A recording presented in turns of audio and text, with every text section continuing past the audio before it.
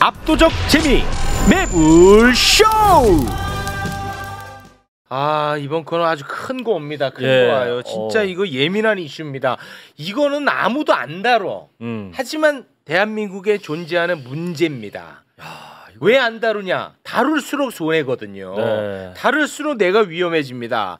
하지만 오늘 위험하더라도 대한민국이 좋아질 수 있다면 오늘 다뤄보겠습니다. 종교. 오늘은 대한민국의 사이비를 그냥 박살내고요. 네. 그리고 이거 진짜 예민한데요. 종교와 정치권의 유착관계. 아, 이거 밝혀낼 수 있나? 그거를 밝히면서 그 뿌리를 어떻게 하면 끊을 수 있는가? 왜 그리고 뿌리를 뽑지 못했는가? 그런 이야기를 함께 나눠보도록 하겠습니다. 네. 대한민국의 목소리를 내는 거의 유일한 목사님들 저희가 다 모셨습니다. 먼저 조미듬 목사님. 할렐루야! 교회 다니기 시작했어요? 아, 평소랑 좀 다르게 말해주시네요. 네, 겁이 나가지고요. 네. 안녕하십니까, 반갑습니다. 네, 네네. 고맙습니다. 네. 자, 그리고 오늘 처음으로 함께하는 분인데, 아, 이분은 이 종교계 속에 이제 겁이 없는 분으로 정평이 나 있다고 합니다. 네. 김디모데 목사님, 박수로 맞이합니다. 예, 안녕하십니까. 예. 제가 잘 소개를 했습니까? 아, 예, 예. 네. 오늘 좀 사실 그 어디에서도 다루기 좀 까다로운 그런 주제는 맞죠? 예, 그렇습니다. 예, 왜냐하면 이거 자칫 잘못 다뤘다가 그렇습니다. 수위에 따라서 네. 추종 세력이나 교인들한테 박살나는 수가 있죠. 뚝배기가 깨질 수 있기 때문에. 아, 뚝배기까지.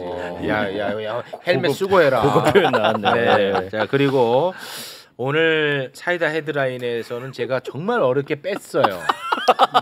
그리고 오늘 방송이 끝나고 쉬운 안장판을 하는데 거기서 진짜 어렵게 뺐거든. 아, 진짜 내가 정말 어렵게 빼냈어. 그래서 드디어 뺐다 했는데 오늘 또 연락 와서 야, 너 오늘 종교 다룬다며. 내가 그거는 잘하는데 정보 입수 어떻게 했지? 그걸 모르겠어. 그래서 또 방송 정확하게 1시간 10분 전에 오는 것이 결정이 났습니다. 1시 반에 연락이 왔죠. 예. 최진봉 목사님 박수로 맞이합니다. 안녕하십니까, 반갑습니다. 제가 종교 다룬다 그래서 바로 연락을 했습니다. 제목한테 수요 난장판 오지 말라고 오늘 녹화잖아요. 진짜 어렵게 뺐거든요. 오지 말라고 뺐었거든요. 네. 안에 정보원이 있는 것 같은데. 이게 어디 빨대가 있어요. 아, 있어? 네. 어디다 꽂으신 누구라고 얘기 안 하겠습니다. 잡아내야 돼. 여기 빨대가 있습니다. 알겠습니다. 전민기입니다. 난 교수님 번호도 몰라. 가능성 있어. 제가 뽀찌를 좀 받기로 해가지고 알겠습니다. 자, 장례 정리하고요. 이거 지금 웃을 일이 아니고 일단은 먼저 사이비 이야기를 좀 잠깐 해볼까 하는데 이게 왜 이게 오늘 이 주제가 마련이 됐냐면 요즘 너네 고장 성심당 대전 진짜 유명하잖아. 난리도 아닌데. 근데 이제 성심당 이슈가 최근에 좀 이게 생겼잖아요. 그 월세를 얼마로 하냐 뭐 하냐 뭐 이런 얘기. 그래서 와, 성심당은 도대체 어떻게 이렇게 한 고장을 대표하고 지금 고장을 넘어서서 대한민국에서 이렇게 유명한 제과점이 됐나. 그게 좀 궁금하더라고요. 그걸 연구하다가 이렇게 된 거야? 보니까 종교가 뭔가 있는 거야. 스토리가. 그거를 정리를 한번 해주시죠. 조미듬 목사님. 일단 이제 혹시 오해하시는 분들이 계실까봐 성심당하고 우리가 흔히 얘기하는 뭐 사이비 종교나 문제 있는 단체랑은 전혀 관계가 없습니다. 성심당 관련 없고 전혀 관계가 없습니다. 성심당은 전혀 관련 없습니다. 성심당은 이제 잘 알려진 것처럼 그 창립자께서 독실한 가톨릭 신자셨어요. 성심이라는 말 자체가 여러 뜻이 있지만 이분들 입장에서는 아마 성모의 마음, 예수의 마음 이런 개념으로 성심당이었어요. 우리 옛날에 그 프란치스코 교황이 오셨을 때 KTX 타고 아침에 빵 드시러 가신 게 유명한 일화잖아요. 그런 맥락 속에 있는 독실한 천주교. 대전에서 또 착한 기업으로 유명하거든요. 네, 유명하죠. 착하군요. 근데 이제 왜 그런 얘기가 나왔나 보니까 이제 대전에 원래 그 몇 군데 되게 유명한 빵집들이 있었대요.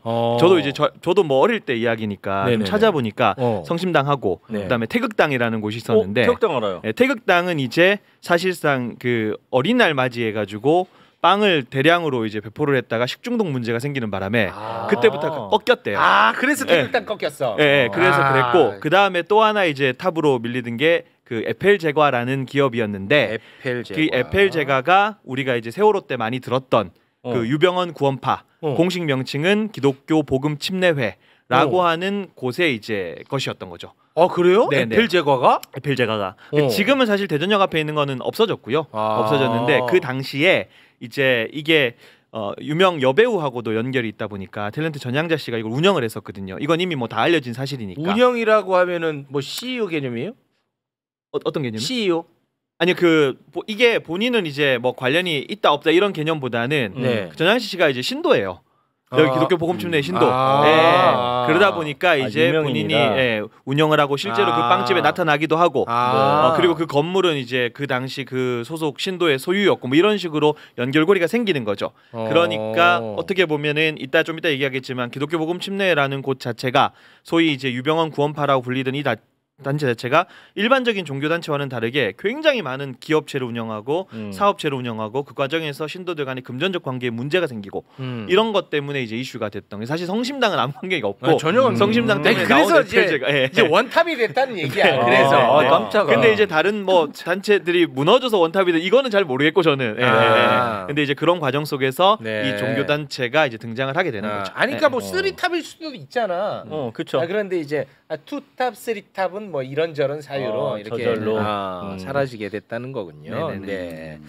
여기에 대해서는 무슨 하신 말씀이 있길래 거기에 아투칸이 앉아 계세요? 성심당빵을 좋아하실 것 같은데. 좋아합니다. 성심당빵을 좋아한다는 얘기를 하고 싶었습니다. 아주 이거는 그야말로 독점적 정보네요. 그럼요. 네. 아무도 알 수 있는 정보죠. 저만 알 수 있는 정보입니다. 다음에 대전 갔다 올 때 사다 드릴게요. 알겠습니다. 네. 감사합니다. 알겠습니다. 구원파 얘기는 뭐 특별히 하실 말씀 없는 거죠? 사실 이제 보통 과하게 이제 그런 뭐 사업에 좀 치중을 했던 거죠.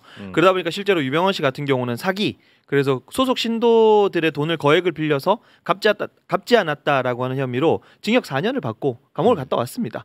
네, 일반적인 종교단체라고 조금 보기 힘든 과도한 어떤 사업체를 운영하고 보통 이런 사업체를 운영하게 되면 어떤 효과가 있냐면 일단 신도들을 잘 통제할 수 있겠죠. 왜냐하면 밥줄을 쥐고 있으니까. 그렇죠. 신도들을 그런 어떤 기업이나 단체에다가 어떤 직원으로 삼게 되고 그러면서 동시에 이 사람이 다양한 사회에 어떤 영향력들을 끼치기 시작하는 그런 발판으로 일반적인 종교단체와는 좀 다른 모습으로 이런 단체들을 운영해 왔다. 그게 포인트가 약간 되겠죠. 좀 기업 느낌이 강하네요. 탈퇴자들의 공통된 증언에 의하면 이제 곧 기업의 일이 곧 하나님의 일이다. 그러니까 이제 이 원래 기독교 복음 침례라는 이름을 공식적으로 사용한 건 제가 알기로는 1981년인데 사실상 이런 사업을 먼저 시작했어요. 그 전에. 그리고 그 이전에 뭐 60년대에 자기들끼리 모임이 있다가 이게 교단화가 되고 종교화되는 것처럼 보인 건 81년이니까 이미 그 전부터 사업을 통해서 교세를 확장시켜 나가고 사업을 통해서 교단을 유지해 나갔다. 그러니까 일반적인 종교에서 하는 모습은 아니다라고 하는 거죠. 그러면은 거기 그 신도들은 월급을 받는 거예요?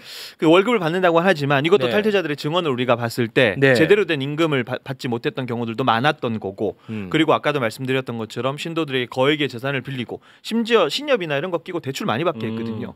그런 방식으로 이제 운영을 하다 보니까 많은 금전적 피해들을 양산하게 됐던 거죠. 그 월급 적게 주고 그 돈으로 또 11조를 받고 뭐 그렇죠. 그다음에 뭐 수수료도 받고 이런 식으로 계속 되어 그런 쪽으로 많이 하고 실제로 그것 때문에 우리는 이런 사업을 교회에서 하는 걸 원치 않는다라고 해서 별도로 떨어져 나간 단체가 있어요. 근데 그런데 나간 단체에서도 똑같이 신협 끼고 신도들한테 그렇게 하고 또 그것뿐만 아니라 이런 거 있잖아요. 돈을 가지고 건물을 구입을 해요. 그러니까 건물을 구입해서 타인의 명의로 그걸 등기를 해. 그리고 그 등기한 걸 근거로 해서 돈을 빌려요. 그때 그 타인의 명의가 바로 신도로 들어온 사람의 명의를 이용해 가지고 건물을 자기 걸로 만든 것처럼 하고 그 건물을 담보로 잡고 또 돈을 빌려서 그걸 구원파로 들어가게 만드는 이런 식으로 돈을 끌어모아요. 그러니까 신도들 입장에서는 그냥 시키는 대로 했는데 본인이 엄청난 빚을 지게 되는 상황이 되는 거고 그 사람들의 명의를 이용해서 돈을 착복하는 이런 일이 구원파에서 일어나고 있는 거죠. 그러면 지금 교세는 어떻습니까?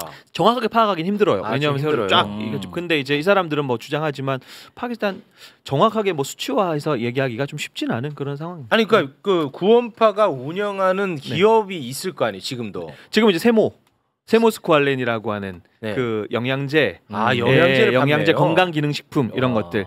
근데 사실 이제 이거는 좀 하나 짚고 넘어가야 되는데 구원파는 한 단체를 지칭하는 건 아니에요. 그래요? 이거는 종교적인 용어거든요. 기존에 이제 소위 말하는 교단에서 구원에 대한 교리가 잘못됐다. 라고 붙여준 약간 별칭 같은 개념이고 네, 이 사람들은 기독교 복음 침례회 잠깐만 기독교 복음 침례회 여기 대장이 누구예요? 여기가 이제 옛날에 유병원. 그 권신찬 씨 그리고 사위였던 유병원 지금 이제 둘 다 사망한 걸로 돼 있고 유병원 그래서 이 단체에서 이탈한 또 다른 단체 그리고 최근에 뭐 여고생 문제가 됐던 거기는 또 다른 단체 그러니까 구원파는 한 단체를 지칭하는 것이 아니다. 그렇게 생각해요. 그래서 정확하게는 공식 명칭을 불러주는 게 오해가 없을 수 있다. 그러네. 기독교 복음 침례회. 근데 이거는 의미 전달은 잘 안 될 것 같아요. 왜 나 같은 사람 모르니까. 근데 우리나라에서 주류 그 정통 침례 교단이 기독교 한국 침례회거든요. 그러니까 오인을 하는 거예요. 이름들이. 기독교 한국 침례회가 정상적인 침례 교단이고, 이제 소위 말해서 그런 교단에서 이단으로 규정하고 있는. 우리가 유병원 구원파라고 불렀던 이 단체의 공식 명칭은 기독교 복음 침례. 일부러 좀 비슷하게 만드는 거예요? 비슷하게 만드는 경우들이 되게 많습니다. 그리고 어렵네. 구원파의 종류도 분파가 여러 가지가 됐어요. 구원파 하나가 시작됐다 거기서 또 떨어져 나와서 또 다른 구원파를 만들고 이래가지고 자기들 나름대로 교단을 만들어서 또 교세를 확장하는 방식이에요. 근데 교리는 우리가 일반적으로 볼 때 성경에 벗어난 교리를 가르치고 있는 것은 한 번 용서받으면 끝이라고 주장을 하는 거예요. 예를 들면 그리고 구원하는 날짜를 명확하게 알아야 돼. 몇 월 며칠 날 몇 시에 구원받았냐 이렇게 물어봐요. 대체적으로 그런 게 아니에요? 근데? 그런 게 아니에요. 그러니까 구원이라고 하는 것은 하나님과 나의 관계에서 하나님과 나만 아는 관계 속에서 이루어지는 것이고 그게 서서히 이루어질 수도 있고 또는 시점이라고 하면 내가 인지하지 못하는 시간에 이루어질 수 있는 문제예요. 근데 몇 월 며칠 몇 시 이거는 아니에요. 그거 아니야? 그렇게 하면 안 돼요. 그거는 이단일 가능성이 높아요. 그렇게 물어보는 경우들이 있거든요. 예를 들면 교회 다니는 사람들한테 구원파들이 전도하는 방식이 먼저 언제 구원받았어요? 그럼 사람들 대답을 잘 못해. 마음속으로 구원은 받았는데. 근데 몇 월 며칠 몇 시야? 그거 알아야 돼. 그거 모르면 잘못이야. 라고 접근하는 게 대체적으로 구원파들의 속성이에요. 와, 전문 분야 잘하신다. 당연히 내가 목사인데 보세요. 사이다 헤드라인이랑 수요난 장만 빼고 종교하실 때만 부르면 좋을 것 같아요. 근데 우리 최진봉 교수님의 전도 방식은 다른 교단을 까면서 뭔 소리예요? 이거 보세요. 까는 그것마저도 아니 왜 이러세요? 그것마저도 그냥 그걸 까면서 내 교세를 확장하는 이 평론가식 방식이거든요. 그래요? 그래서 그거 조심하셔야 돼요. 몇 월 며칠 날 구원받느냐 이런 거. 그 근본적으로 이 구원파뿐만이 아니라 이단 사이비들이 이런 식으로 사업을 벌리는 거는 기존 교인들만 계속 빨대 꽂고 빨아먹으면 한계가 있거든요. 그리고 전도는 해야 되겠는데 지네들이 봐도 사입이기 때문에 전도가 잘 안 됩니다. 그러면 머리를 굴리는 게 사업을 하나 열어서 장기적으로 이게 돈이 들어올 수 있는 그런 활로를 구축하는 게 뭐 구원파든 뭐 침례회든 어떤 단체든 나중에 세가 유지되게 하기 위해서 이런 패턴을 보이고 있는 겁니다. 알겠습니다. 자 그러면 우리가 구원파라고 알고 있었던 기독교 복음 침례회에 대한 이야기는 이 정도로 정리하면 될 것 같네요. 근데 이 기독교 복음 침례회가 우리 사회, 그러니까 그 신도들 말고 우리 사회에 끼치는 해악은 뭐 특별히 뭐 드러난 게 아직까지는 없나요? 아니면 있나요? 뭐 제일 대표적인 게 우리 세월호 때 경험했지 않습니까? 세월호 때 경험했고, 근데 그 이후로 좀 난장판이 됐어요. 왜냐하면 제가 찾아봤을 때 그때 당시에 언론들이 막 무분별하게 기사를 쓰다 보니까 정확하게 언론사 숫자는 모르겠지만 제 기억에는 약 한 150개 이상 언론사들 대상으로 몇만 건의 기사들에 대해서 계속해서 정정보도 반론보도로 청구를 했어요. 그러면서 거의 대다수의 언론들이 책임감 없이 그걸 다 받아줬거든요. 그러니까 분위기 몰아서 기사 쓰고 근데 정정 반론 청구하니까 다 받아주고 이렇게 되니까 사실관계 파악부터 시작해서 모든 것들이 굉장히 어려워지게 된 상황이 돼버린 거예요. 그래서 세월호 때 하니까 나는 그래서 이게 우리가 알고 있는 구원파가 세월호 때 뭐를 어떻게 잘못했는지 난 지금 잘 모르겠어요. 뭐 다 까먹었나 내가? 아니 그러니까 그 세월호의 사건, 세월호를 가지고 있던 선사, 즉 소유하고 있던 회사가 구원파 연관이 있다는 얘기였고 그게 제대로 관리가 안 됐다는 문제였잖아요. 예를 들면 세월호의 운항이라든지 아니면 안전관리나 이런 부분이 제대로 안 됐는데 따져봤더니 그 소유와 관계된 부분이 구원파와 연관이 돼 있었고 그래서 문제가 발생했던 거예요 그 당시에. 그래서 책임을 물으려고 이제 그분을 그 유병원 씨를 계속 추정하면서 체포를 하려고 했는데 도망을 다녔잖아요. 그때도 그런 비판이 좀 있었어요. 이거 시선 돌리기 뭐 그런 얘기가 있었죠. 근데 무리한 적재는 사실이었고 관리가 안 된 것도 사실이었고. 알겠습니다. 뭐 그게 오늘 뭐 다루기로 한 내용은 아니니까 이 정도에서 정리하도록 하고요. 자 오늘은 이제 본론으로 들어가도록 하겠습니다. 정치권과 종교의 유착관계. 와 이거는 지금 아무도 손 못 대는 건데요. 상상하기 싫지만 어쨌든 돈 있고 표 있고 하니까 표가 있잖아. 충분히 가능할 것 같아요. 표가 있잖아. 표. 자 이걸 누가 어떻게 포문을 열어주시겠습니까? 제가 말씀드리겠습니다. 네. 이 정치인들하고 그 종교 집단하고 상호간에 이 거래 암묵적 거래와 같은 일들이 일어나고 있는데요. 이게 뭐냐면 방금 말씀하신 대로 그 표입니다. 표야. 예. 왜냐하면 이 이단 사이비 단체들이 반사회적인 행동을 하고 사회적 무리를 일으키고 코로나 때도 대구에서 그 신천지 사태가 일어났고 광화문에서도 정광훈 씨가 큰 문제를 일으켰잖아요. 네. 근데 그런 일들이 있는데 문제는 뭐냐면 그런 반사회적인 행동을 하고 가정을 깨트리고 우리 사회 고질적 병폐와 같은 일들을 일으키는데 이런 단체들이 큰 행사가 열리면 정치인들이 가서 축전을 하고 축사를 한다는 하더라고. 거예요. 예. 대표적으로 제가 뭐 이름을 뭐 유튜브 찾아보시면 다 나오는데 뭐 통일교 같은 경우에도 얼마나 그 사회적으로 문제가 있었고 그리고 신천지 포함해서 뭐 하나님의 교회라든지 뭐 여러 단체들이 있습니다. 거의 유튜브 인터넷 치시면 다 나옵니다. 민주당이든 국민의힘이든 이름 내놓으라 하면 알만하신 분들이 가서 축사하고 축전을 해요. 와. 왜 그러느냐? 선거 때 표 때문에 그렇습니다. 그러니까 이 이단 사이비 단체들이 반사회적인 행동을 하고 우리 사회에 아무리 무리를 일으켜도 경찰 수사서부터 검찰까지 가서도 무마되는 경우가 있고 의도적으로 쉴드 쳐주는 경우도 있습니다. 와. 대표적으로 지난 그 윤석열 검찰총장 시절에 그 이게 언론 보도가 돼서 이미 의혹 제기가 됐었고 이재명 후보가 대선 때도 거론을 했었죠. 윤석열 검찰총장이 의도적으로 신천지가 그 대구 코로나 그 사태를 일으킨 다음에 이 이동자들 그 명단을 제출하라고 그랬는데 안 제출하고 뻐겼거든요. 그래서 그 압수수색하라고 그 당시에 이제 추미애 법무장관이 지시를 내렸는데 윤석열 그때 검찰총장이 이걸 의도적으로 미뤘죠. 본인이 의도적으로 밀었다고 얘기를 했습니다. 근데 그거에 대한 이제 의혹이 뭐였냐면 이 건진법사라는 사람이 그 신천지의 교주는 이만희는 영매니까 함부로 건드리면 안 된다. 예, 이런 의혹이 주장이 제기돼 가지고 그런 루머가 있었군요. 골든 타임을 놓쳐버렸죠. 예, 이런 사례도 있고. 아니 그럼 그 사례로만 보자면 보통의 정치 문법과는 정반대네. 왜냐? 표구를 구걸해야 되는 정치인들은 그런 걸 건드리면 안 되는데 조금 전에 이름 거론된 사람이 법무부 장관 추미애 그리고 이재명 당시에 뭐였죠? 경기도지사였죠. 찾아갔잖아요. 그거는 정말 정치인으로서는 하면 안 되는 아주 무모한 짓이었네요. 그러니까 제가 꼭 말씀드리고 싶은 게 제가 뭐 특정 정치인이나 정당을 뭐 지지해서 말씀을 드리는 게 아니라 이건 객관적 사실 팩트입니다. 역대 도지사 중에 그리고 역대 당대표나 대선 주자 중에 이단 사이비 교주의 별장을 직접 쳐들어가지고 행정집행한 사례가 보신 적 있으세요? 없죠. 단 한 번도 없습니다. 이재명 도지사가 최초였어요. 그래서 저는 그 모습을 보면서 저 사람이 나중에 전에도 대선 경선에 한번 나오지 않았습니까? 민주당 때.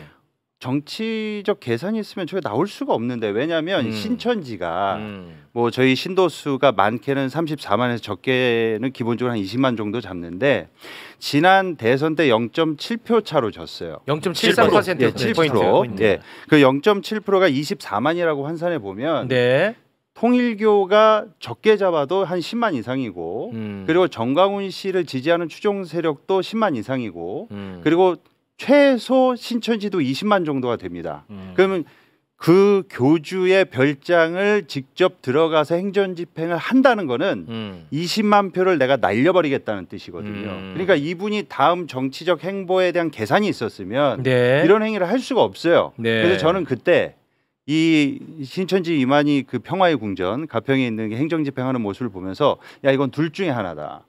정치적 감각이 없거나 아니면 이것을 차라리 나의 정치적 자산으로 삼아서 이렇게 따지지 않고 불법이 있거나 문제가 생기면은 단행하겠다. 그러한 하나의 행보가 아니었나. 알겠습니다. 저는 후자라고 생각합니다. 그만해요.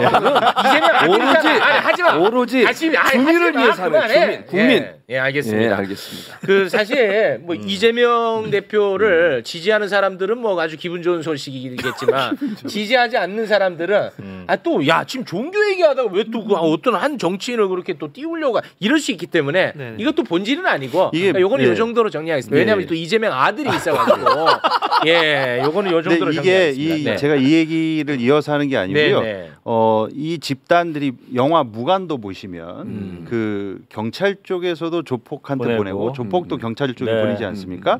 이 이단 사이비 단체들이 정재계에 로비하는 수준이 아니고 네. 이 사람들이 표 때문에 우리를 비판하거나 건드릴 수 없다는 걸 자기들도 알아요. 잘 알구나. 그래서 어떠한 경우에는 와. 시의원이나 국회의원까지도 후보로 나가게 계속해서 실제로 시의원 중에 한 사람이 신천지 출신이 모 시의 시의원으로 됐다가 선거법 위반으로 걸린 적도 있고요. 그래서 이 VIP 또 명단도 있습니다. 그래서 모 사이비 단체는 검사 부인 그리고 뭐 판사 부인 그리고 국회의원 누구 가족 이런 것들을 특별 관리하면서 자신들이 어떤 위험에 처했을 때 이걸 실드 칠 수 있는 도구로 활용합니다. 그럼 우리는 모르긴 몰라도 어딘가 있을 수도 있겠네 실제 정치인. 아니 그리고 뭐 그 한나라당 부대변인 출신 중에 하나가 신천지 신도였다는 건 뭐 너무나 잘 알려진 사실이고. 그래요? 뭐 그때부터 한나라당 때부터 당원으로 일시적으로 신도들이 가입하기도 하고 이거는 뭐 그때부터 너무 많이 나왔던 이야기들이라서. 그렇습니까? 근데 제가 지난번에 그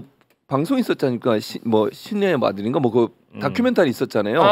거기에 나온 내용들 보면요, 방송국 PD도 있고 기자도 있고요, 교도관도 있고 경찰관도 있고요. 그래서 온갖 정보들이 다 흘러 들어가는 거예요. 예를 들면 압수수색 나가는 거, 뭐 조사하는 거 이런 정보들이 다 흘러 들어갔다고 실제 취재를 했던 PD가 밝히고 있는 내용이에요. 그만큼 신천지가 우리 사회 곳곳에 중요한 위치에 있는 자리까지도 다 들어가 있다고 볼 수 있는 거죠. 네. 자 그리고 뭐 지금 이제 말씀하신 것들에 더해서 직접적으로 선거 국면에서 이 종교계의 힘이 영향을 끼치는 것 아니냐라는 의심의 목소리는 계속 나왔던 것 같은데 혹시 뭐 실체를 파악한 게 있습니까? 실체가 있습니다. 이미 있습니까? 언론 보도가 이거 예민한 주제입니다. 이미 언론 보도가 됐는데 종교 문제는 많이 관심을 안 가지시기 때문에 이만희 씨가 직접 했던 그 폭로, 내부 폭로자가 나왔는데요. 뭐라고 얘기를 했냐면 윤석열한테 내가 은혜를 입었으니 뭐야 또 왜 갑자기 우리가 이 사람을 밀어줘야 되지 않겠냐 이런 발언을 직접 듣고 실제로 신천지 신도들 입장에서는 그 평화의 궁전을 행정집행하지 않았습니까? 자기 교주 그러니까 자기 예수님을 건드린 거랑 동급이에요. 그래서 이재명 도지사는 그게 만약에 이재명 도지사뿐만이 아니라 누구든지 자기들의 집단을 건드리면 그 악마화가 되는 거죠. TV만 틀어도 사탄이라 그랬습니다. 그럼 생각해 보시죠. 20만 신도인데 도와줘라. 윤석열 도와줘야 되지 않겠냐. 그래서 실제로 국민의힘에 정당 가입을 했고요. 정당 가입을 조직적으로 시켰고. 지난 대선 때 신천지에 누가 윤석열 후보를 도와야 되지 않겠냐고 얘기를 했다는 거예요. 이만희가 직접 얘기했습니다. 직접이요? 예, 직접 했습니다. 그거는 어떻게 밝혀졌어요? 내부 폭로자에 의해서 나왔습니다. 그래서 그 말 때문에 신천지 신도들이 실제로 당원 가입을 했어요? 당원 가입한 한 정황이 파악돼서 제가 그걸 근거로 이만 씨를 정당법 위반으로 고발했습니다. 그랬나요? 수사가 진행 중에 있습니다. 지금 현재는 수사가 진행 중입니까? 그렇습니다. 그럼 경선부터 그런 움직임이 있었던 거예요? 그래서 경선 때도 그때 홍준표 지금 경남도지사죠. 대구시장. 그럼 뭐 잘 틀리시네. 오늘 하나만 틀려도 우리 그냥 지옥 갑니다. 지옥 가요. 이건 홍준표 씨 거 틀렸으니까. 자, 이제 홍준표 시장 뭐? 홍준표 시장이 그때 경선 때 신천지가 개입했다고 본인이 말을 했습니다. 그래서 자기가 이 경선에서 떨어지고 윤석열 후보가 당선된 게 아니냐 그런 의혹을 제기를 했었고요. 그러니까 저거는 저도 기억이 나요. 홍준표가 경쟁자였잖아. 윤석열 후보랑. 그렇죠. 그러니까 지는 입장에서는 이유를 뭐 갖다 대고 싶은 심정일 텐데 그 당시에 신천지 국민의힘 경선 개입했다. 이거를 본인이 주장을 했어. 보도가 됐어. 그래서 그 뭐 홍카콜라인가? 그 뭐 아무튼 무슨 거기에서 뭐 홍문 무슨 일답인가 뭐 있어. 그게 묻고 답하는 데서 거기서도 얘기했어. 거기서 근데 그거를 실체를 잡은 게 있냐는 질문입니다. 그러니까 그거는 이제 홍준표 시장의 피셜인데 그런 어떤 실체적인 사안에 대해선 이미 타 언론사 언론 보도된 내용으로 그 이만희 씨가 직접 그 도와줘야 되지 않겠냐, 밀어줘야 되지 않겠냐, 그러면서 정당 가입을 조직적으로 지시한 그 사안들에 대해서는 그 혐의를 저희가 고발을 해서 수사가 진행 중인 거죠. 왜냐하면 이제 이게 과거부터 반복적으로 벌어지던 일이기 때문에 실제로 밝혀졌던 일들도 있고, 그러니까 이분의 위치 정도에서는 이 정도는 파악하는 건 어렵지 않지 않을까라는 합리적 의심을 하는 거죠. 뭐 새로운 정보가 있어 보이네 눈빛이. 제가요? 예. 없습니다. 뭐 사탄이야? 방송을 이렇게 죽여도 돼? 아니 뭐 사탄이냐고. 아니 저는 홍준표 시장에 대해서는 뭐 새로운 얘기는 없고요. 하나 새로운 소식이 있다면 윤상현 의원 있잖아요. 윤상현 의원. 왜 또 그분 나 더 라이브에서 가까워. 그래요? 윤상현 의원과 관련된 얘기가 있습니다. 그걸 제가 준비해 왔습니다. 뭡니까? 뭐냐면요. 천안에 세계 최대 예수상을 건립하겠다고 하는 계획을 수립한 사람이 있어요. 근데 그것뿐만 아니라 지하 1층, 지상 3층의 종교 시설과 종교 집회장을 건축 허가를 받은 사람이 있어요. 그 사람이 누구냐면 한국기독교기념관 황학구 이사장이에요. 근데 문제는 뭐냐면 이 사람이 허가를 받은 것과 다르게 건축을 하기 시작했고, 또 하나는 토지 사용, 그러니까 소유주들에게 토지 사용을 완전히 허락받지 않고 사업을 진행하면서 논란이 됐고, 천안시가 처음에 사업을 허가했다가 나중에 취소를 했습니다. 왜냐하면 이 사람이 원래 만들기로 했던 계획과 다르게, 첫째는 아까 토지 사용 허가를 받지 않았다는 게 문제가 됐고요. 두 번째는 뭐냐면 이걸 총 사업비 1조 800억 원이 소요되는 다수 편익 시설, 그러면서 봉안 시설까지 만들려고 한 거예요. 1조요? 1조 800억. 그 정도 규모로. 그러니까 그리고 가장 큰 게 뭐냐면 봉안 시설이에요. 봉안 시설. 이게 봉안 시설이 뭔지는 아시잖아요. 이게 봉안 시설이 하는 게 이유가 뭐겠어요? 다 돈이에요. 이게 사업이거든요. 한마디로 얘기하면. 그러니까 거대 예수상을 세운다는 것은 명분이고, 제가 볼 때 사업을 하겠다는 계획인데, 이게 문제가 뭐냐면 이거 착공 예배를 했어요. 착공 예배라고 하는 건 이제 보통 이 사업을 시작하기 전에 기독교 단체 사람들 다 불러가지고 예배를 드리는데, 그 자리에 누가 있었냐? 윤상현 의원이 참석을 합니다. 근데 참석을 해서 뭐라고 윤상현 의원이 얘기했냐면, 한국기독교기념관은, 아까 제가 말씀드린 그 사업의 명칭이에요. 한국기독교기념관은 정말 한국교회의 최대 염원이자 천만 기독교인들의 소망이다. 기념관 홍보관과 예수 조형물 착공은 우리가 먼저 하나님께 나아가는 것이라고 말을 했어요. 축사를 해준 거죠. 근데 문제는 아까도 말씀드린 것처럼 이게 천안시에서 허가가 취소되는 바람에 이거를 더 이상 홍보하면 안 되는데, 이 단체에서는 계속 이걸 홍보하면서 사업금을 계속 모으는 거예요. 이런 분양을 시작하는 거예요. 사업을 못 하게 됐는데. 그거 어떻게 해? 그러니까 이게 문제가 되는 거잖아요. 그래서 이 아까 했다는 황학구 이사장이라는 사람이 대전지방법원에서 징역 2년을 선고받고 법정 구속이 됩니다. 이유는 사기와 사문서 위조예요. 근데 이 문제는 뭐냐면 피해자가 너무 많이 늘어나는 거잖아요. 그리고 지금도 이 사업을 할 수 있다라고 홍보하고 있다는 거예요. 지금도? 문제는 이런 정치인들이 거기 가가지고 이렇게 홍보를 해주니까 유명인이 가서 얘기를 하게 되면 믿게 되는 거잖아요. 마치 연예인들이 뭔가 홍보하게 되면 그 투자를 더 많이 하는 것처럼 신뢰 올라갑니다. 이런 식으로 정치인이 기독교 단체나 아니면 종교 단체와 연합해서 이런 행동을 하는 것 자체가 그게 문제가 되는 사례라고 볼 수 있죠. 그 이사장이 교회 장로입니다. 그 천안에 말씀해주신 대로 세계 최대 137m짜리 예수상을 세우겠다고 한 거예요. 브라질 거보다 큰 거예요. 네, 그래서 투자자들 끌어모았는데 이분이 참 재밌는 게 장로님이신데 사찰 대표이시기도 하고, 그리고 거기에다가 한국 기독교 기념관 자리 바로 옆에다가는 불교 테마파크를 지은 뭐야? 이분 그러니까, 뭐예요? 그러니까 결국 사기입니다. 사기야. 지금 법정 구속 2년 작년 7월쯤 나왔는데요. 그 전에 저희가 작년 초에 이분을 저희가 고발을 했습니다. 사기 혐의로. 그래서 이제 구속이 됐는데, 중요한 거는 이분이 이미 사문서 위조인 상태에서 집행유예인 상황에 또 이것을 하다가 사기여서 감옥에 가신 겁니다. 그러니까 이런 자리에 누가 봐도 이렇게 투자자들 긁어 모아가지고 돈놀이하고 이런 짓을 하고 있는 것을 사리 판단 못하고 그냥 윤상현 의원이 가서 축사를 한 거예요. 그러니까 사람들은 국회의원이 와가지고 저렇게 축사를 하는데 믿음 가죠. 이게 뭐 문제가 있겠어? 이단 사입이 아까 마찬가지입니다. 아니 민주당 저 의원이 국무총리 출신 저 사람이 아니 저 사람들이 와가지고 이렇게 축사를 하고 축전을 보냈는데 믿음 이 가죠. 단체가 뭐 그렇게 반사회적이고 이상 있는 거 있겠어? 네. 그러니까 그거를 써먹는 거를 최소한도로 이 정치인분들이 인지하고 가지를 마셔야 됩니다. 그렇죠. 나중에 가면 뭐 오늘 처음 봤다 뭐 그냥 초대하니까 가서 인사만 한 거다 뭐 그렇게 하잖아요. 그렇지. 그리고 빠져나갑니다. 그게 뭡니까?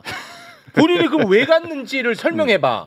내가 갔을 때 사람들한테 영향력을 끼치기 위해서 갔을 거 아니겠습니까? 근데 사실 이 정치인들이 그런 자리를 가는 거는 아까 말씀해주신 대로 바로 표심인데 그 교단장들이 있고 이단 사이비 교주를 추종하는 어느 집단에 가서 축전하고 축사하는 이유가 결국에는 이렇게 우호적인 모습을 보여서 선거철에 표를 얻으려고 하는 거예요. 근데 문제는 뭐냐면 이런 표를 얻으려고 하는 이단 사이비들뿐만이 아니라 일반적인 교회에서도 똑같이 가서 인사를 하고 다닌다는 겁니다. 근데 문제는 이런 사람들이 이렇게 인사를 하거나 그럴 때 일으켜 세워서 인사를 하고 그리고 담임 목사 같은 사람들이 특히 이단 사이비는 더하죠.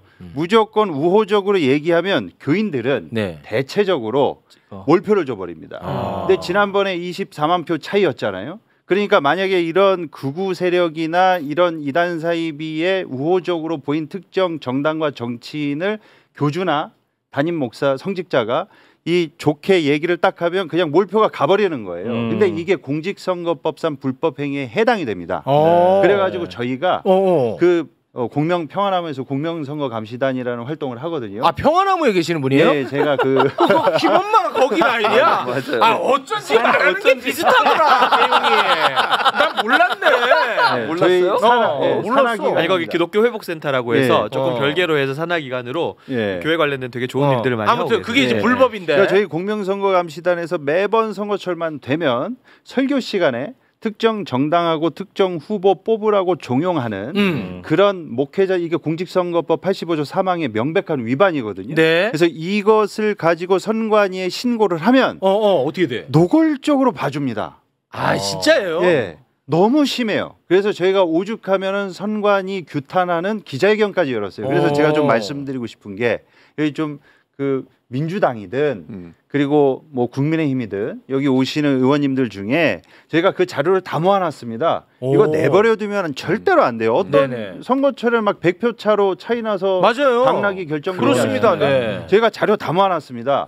선관위가 봐준 자료들이요. 오 진짜? 그래서 이것을 반드시 올해 국감 때 이 선관위에 대해서 이 문제를 반드시 문책하시고 개선해야 됩니다. 아니 목사님, 선관위는 선거로 뽑히는 사람들이 아닌데 그들이 왜 이거를 봐줄 이유가 뭐가 있습니까? 아 이게 왜 제가 봐줄 이유라고 말씀을 드리냐면 저희가 공명선거감시단에서 선거감시 활동을 5회까지 했습니다. 그러니까 이전 총선, 대선, 21대 총선, 22대 총선, 지선, 대선, 보선 다 했습니다. 보궐선거까지.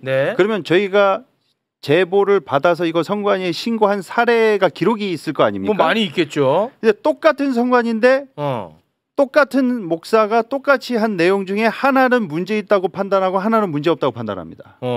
이게 형평성에 전혀 맞지 않고 말이 안 되지 않습니까? 그렇죠. 만약에 그게 맞다면 맞다면이 아니고 진짜 맞습니다. 아니, 저는 진행자 제 입장이 있잖아요. 내가 확인이 안 됐잖아. 확인해야 돼. 이것도 김엄마랑 비슷하다.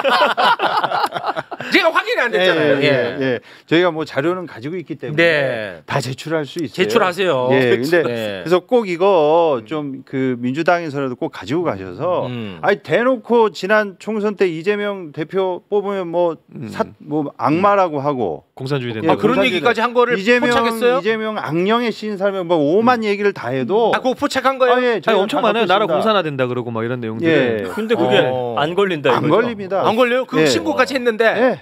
그럼 왜 그렇지? 않습니다. 그럴 이유가 뭐가 있지 선관위가? 그러니까 전혀 저희가 그래서 그 판단 기준이 뭐냐고 물어보면 물어보니까 묵묵부답입니다. 묵묵부답. 와. 그래서 저희가 이런 문제들에 있어서 결과적으로는 이게 종교에 대한 그 영역 자체가 그 나쁜 이단 사이비뿐만 아니라 그런 종교 집단이 존속하고 유지되는 것에는 이들에 대한 불법 행위와 이런 비윤리적 행위, 사회적으로 무리를 일으키고 있는 행위를 명백하게 인지하고도 자신들의 어떤 그 공천과 그리고 이후에 재선, 3선 이런 정치적 유지를 위해서 서로 암묵적으로 봐주고 있는, 눈 감아주고 있는 이런 것 때문에 이게 이어지고 정치권의 문제는 뭐 민주당도 비판하기가 굉장히 어렵겠구만요. 얘기를 들으면 저는 이게 더 나쁜 게 뭐냐면요. 설교 시간에 이런 얘기를 한다는 거예요. 이건 안 설교라고 돼. 하는 건 말씀을 선포하는 거, 하나님에 대해서 얘기해야 되는 시간이잖아요. 그 시간에 공산주의 얘기하고 특정 정치인을 지적하고 이런 행동을 하는 건 저는 목사로서 자격 없다고 생각합니다. 없죠. 아니 목사라고 하면 성경에 대해서 얘기를 하고 복음에 대해서 얘기를 해야지 왜 정치 얘기를 하는 거예요? 설교 시간에. 개인적 시간도 아니고. 그러니까 문제는 뭐냐면 이러다 보니까 성도들, 신도들 입장에서는요. 이게 설교와 정치적 메시지 구분을 못하게 되는 거예요. 저것도 설교로 받아들여요. 보통 성도들은요. 믿음 좋은 분이라고 생각하는 분일수록 목사의 말을 하나님의 말씀처럼 들어요. 설교 시간에. 그럴 수 있죠. 비판하지 않고.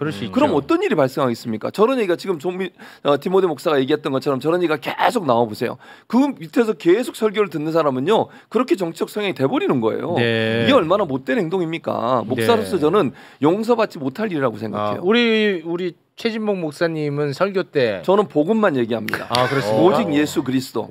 다른 얘기 안 해. 정치 얘기 절대로 안 합니다. 안 합니까? 절대로 안 해. 물어보세요 우리 교회 성도들한테. 절대로 안 합니다. 윤석열 대통령 이게 지금 뭐 하는 거야? 진짜 이런 식으로 할까요? 확인을 해봐야겠네요. 제가 설교 보내드릴게요. 제가 여기 매불쇼 나온 김에 그 정치권에서 종교 영역을 눈치 보는 거 그거 한 가지 꼭 말씀드리고 싶은 게 있는 게 매불쇼에서 우리 조인돈 목사님하고 매번 나올 때마다 다루는 것 중에 하나가 JMS 아니겠습니까? JMS가 맨날 나와서 전자 발찌차고 나와가지고 또 행위를 반복하고 또 행위를 반복하잖아요. 정명석이 그것뿐만이 아니라 매번 그냥 뉴스나 언론 보도 보면은 성범죄 종교 성직자들이 아주 계속 반복해서 저지르고 있잖아요. 그런데 이게 엄단이 안 되지 않습니까? 그러니까 자정 능력이 안 된다는 거예요, 자체적으로. 그렇습니다. 그래서 이걸 어떻게 저희가 하길 원하냐면 근본적으로 아동 청소년 보호법에다가 우리 교육 공무원들은 성범죄 전력이 있으면은 다시 교육 공무원을 못 하지 않습니까? 마찬가지로 아청법에다가 종교인하고 종교기관을 넣으라는 거예요. 그래서 저희가 법안을 만들어 가지고 작년에 그 의원님들실 돌아다니면서 이것 좀 발의 좀 해달라. 그리고 국회에서 기자회견도 하고 그랬는데 사실상 이런 것들을 저희가 돌아다니면서 좀 발의 좀 해달라 이렇게 했을 때 이분들의 반응이 뭐였냐면 안 해요. 그거 하면은 표 떨어진다라고 저한테 뭐라고 그러시냐면 안 하죠. 목사님 솔직히 죄송한데요. 이게 총선 끝나고 하자고. 총선 끝났어. 지금 얘기해봐요. 그럼 총선 끝났으니까 다수당인 민주당이 좀 이걸 꼭 가져가셔서 민주당 해야지. 발의해 주셨으면 좋겠습니다. 사실상 민주당 아들 아닙니까? 민주당 왜 안 합니까? 해야죠. 왜 안 합니까 지금? 누구야 안 하는 사람? 이름대. 진짜 이거 쇠 빠지게 법안 만들어가지고 해야 돼요, 진짜. 여기저기 돌아다니고 저희가 다 그냥 떠먹여주듯이 다 만들어가지고 다 세팅해 놨습니다. 그리고 이미 국회에서 토론회도 여러 번 열렸고 자체적으로 교단에서 공청회까지 여러 번 열렸습니다. 이제 발의만 해주시면 됩니다. 특히나 이 성직자, 목사, 종교인들 같은 경우는 어떤 한 개인에게 심대한 영향을 끼치는 자리이기 때문에 더 엄격히 해야 돼. 그 포인트예요. 그 포인트죠. 왜냐하면 다른 직업도 선생님도 그렇지만 성직자는요 성도 한 사람들한테 미치는 영향이 엄청나요. 그냥 아까 말씀드렸죠 하나님의 말씀으로 듣는다니까요. 그런 분들이 계세요. 그냥 하라면 하라는 대로요. 정광훈 씨가 그런 얘기까지 했잖아. 목사가 예를 들면 속옷 벗으라면 그것까지 벗어야 된다. 뭐 이런 얘기까지 했다는 거 아니에요. 그래서 빤스 목사라는. 그래서 그런 별명도 생겼는데 그 정도로 엄청난 그 심리적 파워를 갖고 있는 그런 사람이 만약에 성범죄를 하거나 성폭력을 했으면 그런 사람이 목사하면 되겠어요? 절대로 안 되는 거지. 큰일 나. 그거 막아야 돼요. 그러니까 교단에서 징계를 그러면 당연히 받겠죠. 징계 받기 전에 자기가 탈퇴해서 나가서 자기가 교단을 또 만들어요. 그러니까 목사직이 유지가 되거든요. 그러니까 이런 사람들을 근본적으로 다시는 성직자 못하게 하려면 아청법에 종교인과 종교기관을 넣어서 왜냐하면 교회들마다 사찰마다 아이들도 같이 오기 때문에 해당될 수가 있습니다. 맞습니다. 그래서 좀 매불쇼 와서 꼭 이 말씀. 이거 너무 맞는 말씀입니다. 알겠습니다. 왜 편파 방송이라고 하지? 그러면 JMS랑 동일선상에 놓고 양쪽 의견을 다 들어야 되나? 뭐가 편파지? 편파라고. 왜 JMS 쪽은 안 불렀니? 야 지금 이 상황에서 부르냐고 JMS를. 아 진짜 너무하네. 편파 아닙니다. 네. 그놈을 아주 중립 미치겠습니다 제가.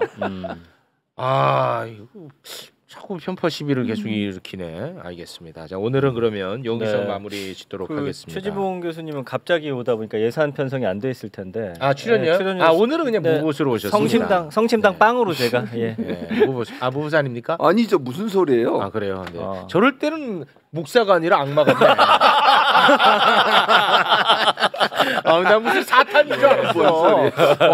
목사의 음성이 아니었어. 무슨 소리냐고. 대단히 고맙습니다. 자, 그럼 오늘은 여기에서 마무리 짓겠습니다. 함께해 주신 세 분의 목사님 진심으로 고맙습니다. 감사합니다. 감사합니다. 네, 고맙습니다.